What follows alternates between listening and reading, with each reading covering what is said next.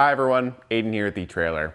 Today we're going to be taking a look at the Yakima LongHaul RV bike rack and seeing how it fits on our 2022 Forest River Salem FSX travel trailer. Now this is going to be a hitch mounted carrier, so it's going to need a hitch to attach to.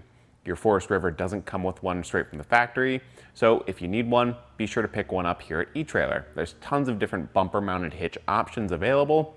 We're going to be using the etrailer bumper mounted RV hitch today. So just keep that in mind as we're giving measurements, because depending on the one you go with, it might change some things by a little bit here and there, but for the most part, it should be pretty much the same. Let's check it out. Now, the LongHaul is a hanging style bike rack, and it pretty much looks exactly like what it is. The bike hangs by the frame. That's going to mean a couple things functionally for our bikes though. Carbon frame bikes are not going to be the best fit for this rack because any sort of frame contact, especially hanging by the frame, can damage it over time because it's a more fragile frame. And with things like alternative frame bikes and kids bikes, they're going to have a hard time fitting on here without the use of a bike adapter bar. Those are sold separately, but you can find them here at etrailer. In the case of alternative frame bikes, it gives you a nice flat attachment point to hang the bike on. And in the case of kids bikes, those frames are oftentimes far too small to fit over this dual arm design. So in the case of those bikes, it just gives you, again, a nice solid attachment point, but it's wide enough to actually get the bike on there. So it's just some things to keep in mind depending on how you're using this. If you're looking at this rack to maybe carry your whole family's bikes, then that's something to consider. As far as weight capacity goes, this bike rack can support 37.5 pounds per bike. And that's actually pretty impressive because this is a 4-bike carrier. So while it can't support the heaviest bikes out there, not the best option for e-bikes, it can support more bikes than most. And I say more bikes than most because your options for a travel trailer are pretty limited. With a bike rack, you want to make sure it's approved to use on a travel trailer because you're going to experience a lot more shock and vibration back here compared to a normal passenger vehicle, and even compared to something like a motorhome. So bike racks that are approved for use in this scenario are few and far between, so you want to make sure you find one that fits your needs. And if you need one that can fit up to 4 bikes, this is going to be one of your only options. One of the things I really like about this bike rack are the convenience features, and my favorite is going to be the included cable lock. I'll grab that and pull it up through.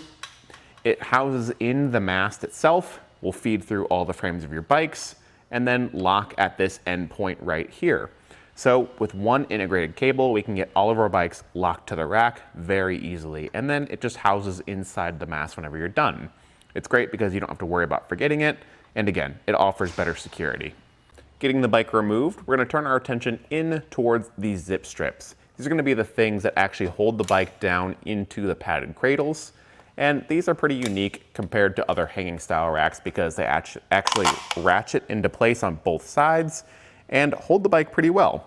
There's 2 up top and 1 on the seat post here that's going to limit our side to side movement. That's the anti-sway cradle.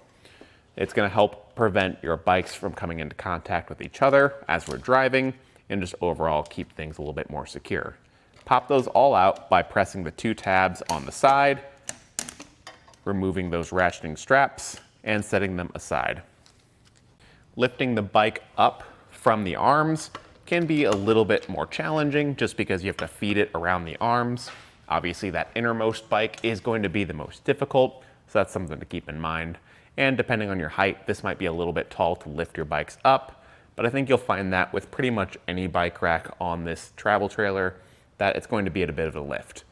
I always like to keep my zip strips back into the cradle so I don't lose them, but you can just as easily keep them inside the camper because there's really nothing securing these when you're not around, so anyone could just take them. Now for some measurements.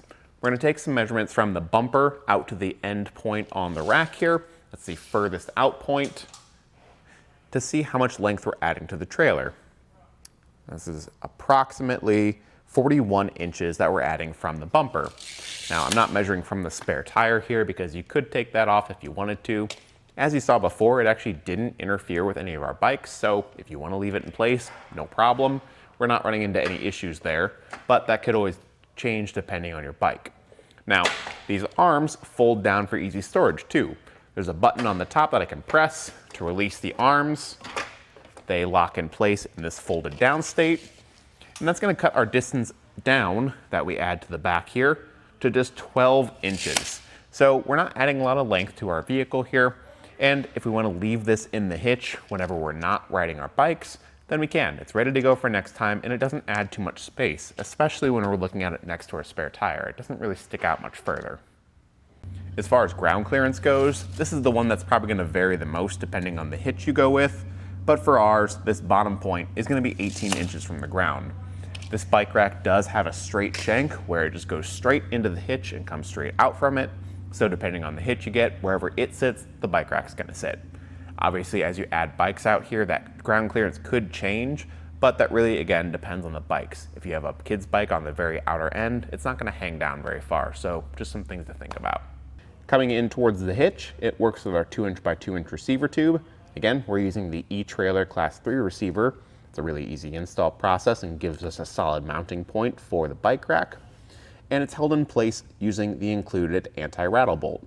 That's going to keep things nice and solid, really no shake or play at all in the hitch because of that. And it's an overall very solid rack.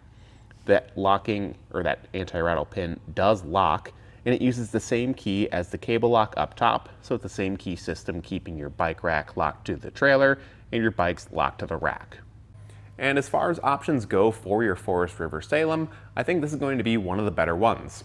Generally, I always find myself gravitating towards the hitch-mounted bike racks anyway, just because they're going to be a lot nicer in terms of their features, they're easier to use, and I feel like they hold the bikes a bit better. There are options out there that can mount directly to the square bumper of your trailer, and we carry a lot of those here at eTrailer, but like I said, I prefer the hitch-mounted options, so if you don't want to get the hitch and the rack, you just want to get the rack, you can go that route. But I do think that as far as hitch-mounted options go, this one fits really well on this particular trailer. It doesn't interfere with the spare tire, you can hold up to 4 bikes, all at a very decent weight, and it holds the bikes fairly well. So all around, this would be my personal pick for a bike rack, but it really just comes down to your needs, your bikes, and what's going to work the best for you. But that'll do it for our look at the Yakima LongHaul here in our 2022 Forest River Salem FSX travel trailer. Thanks for watching. Now we're going to go ahead and take it on our test course. First we'll start with the slaloms. This is going to show the side-to-side action. It's kind of going to mimic the movements that you'll see whenever you're driving down the road normally.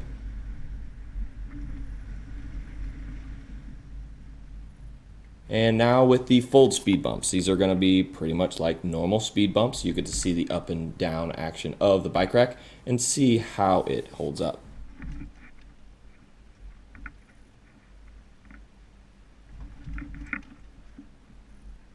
Now we'll have the alternating speed bumps. This is going to be more so like the uneven roads and some of that uneven terrain you might be traveling on.